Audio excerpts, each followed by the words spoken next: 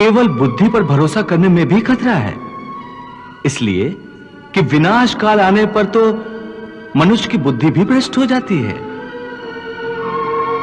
अर्थात जब विपरीत समय आता है तो मनुष्य की अपनी बुद्धि ही उसे गलत रास्ते पर ले जाती है।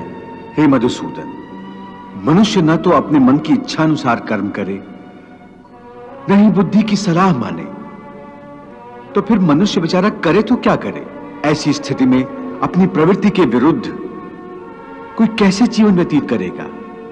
हे मधुसूदन, मुक्ति और मोक्ष का रास्ता अपनाने के लिए कोई मनुष्य अपनी प्रवृत्ति को कैसे बदल सकता है? इसका कोई तरीका मुझे बताओ।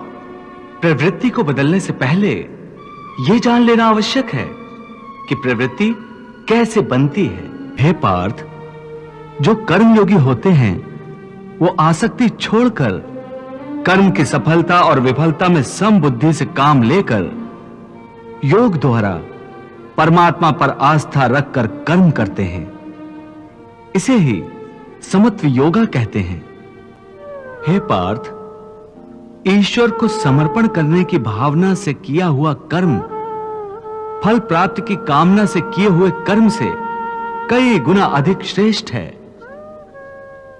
ज्ञानी पुरुष कर्म फल की आशा किए बिना समबुद्धि योग द्वारा कर्म करते हैं और पाप पुण्य आदि भावनाओं से मुक्ति पाते हैं।